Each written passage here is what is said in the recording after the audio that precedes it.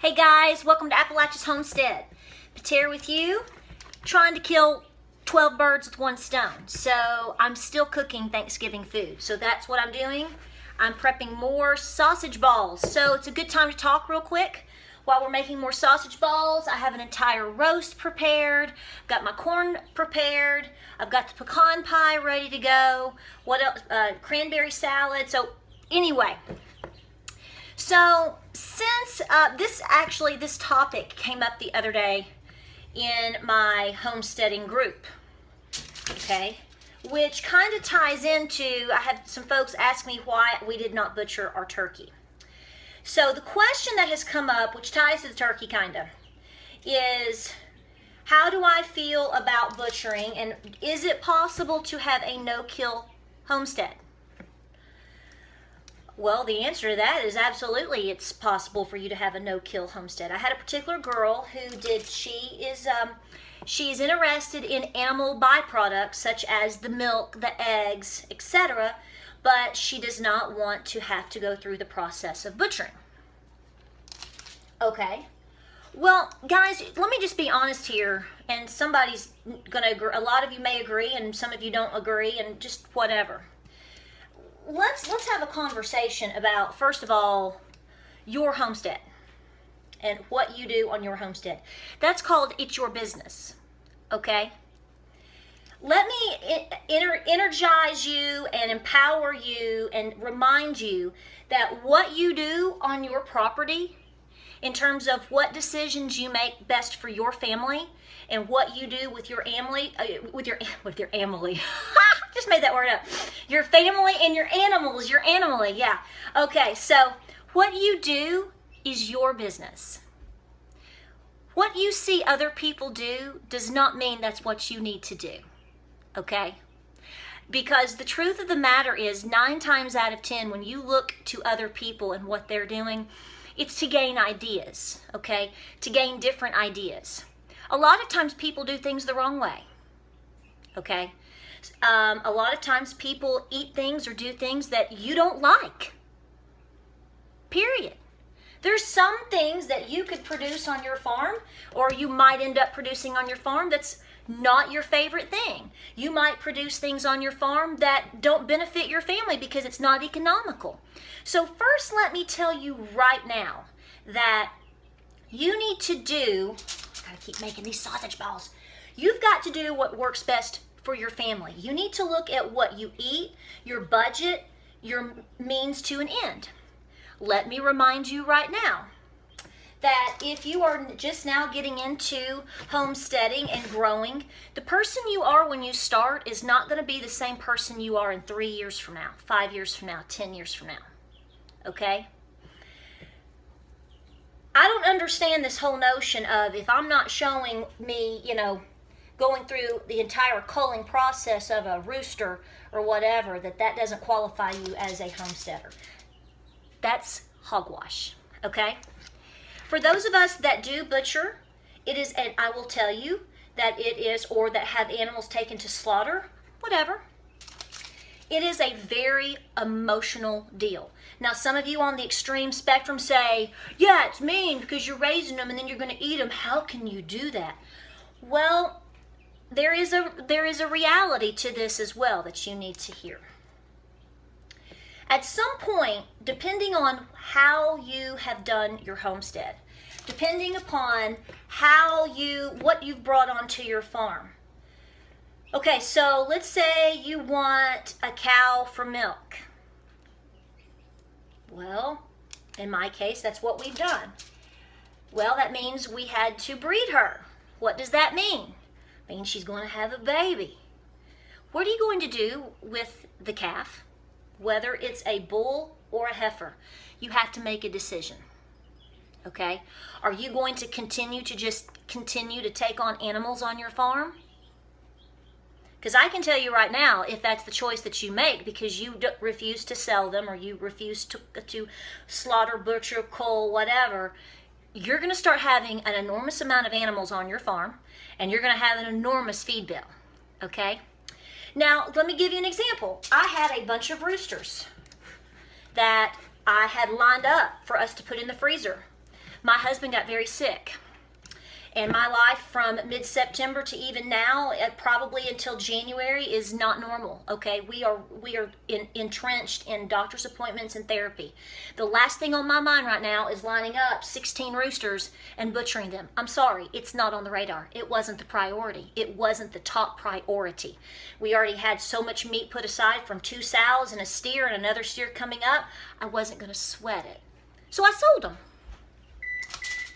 And I got a really good price for them because of the way that I raised my animals and because of the size. They were huge. So I got money for them. So I didn't technically butcher these roosters, but the person that bought them did. That is a reality in what happens with a lot of animals, guys. Okay? If you, like for example, Mayfield, he's a steer. Okay? If you haven't figured that out there, Mayfield is a steer, okay?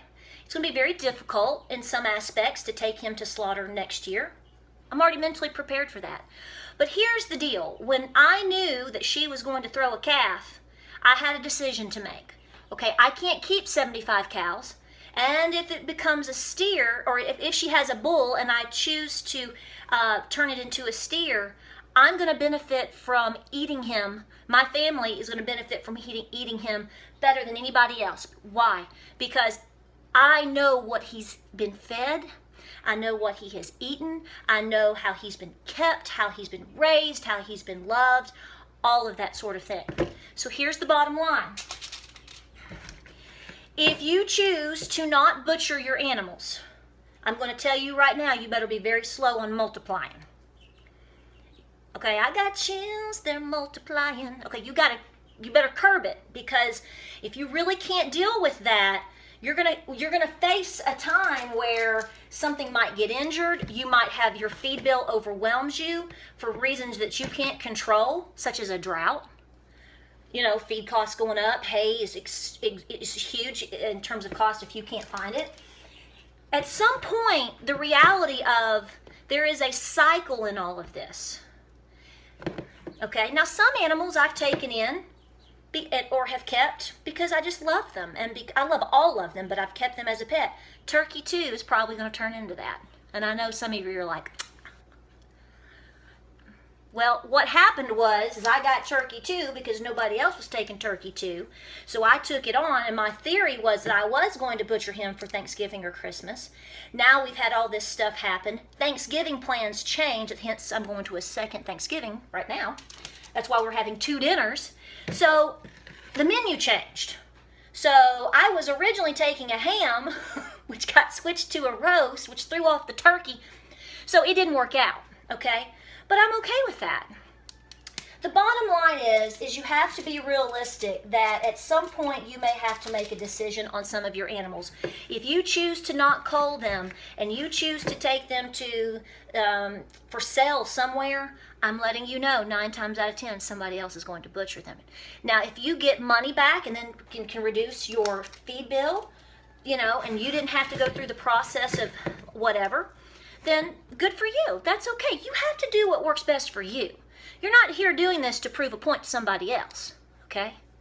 You feed your kids and you raise your farm and you use what you have to work your farm, okay? And don't feel bad about it, okay?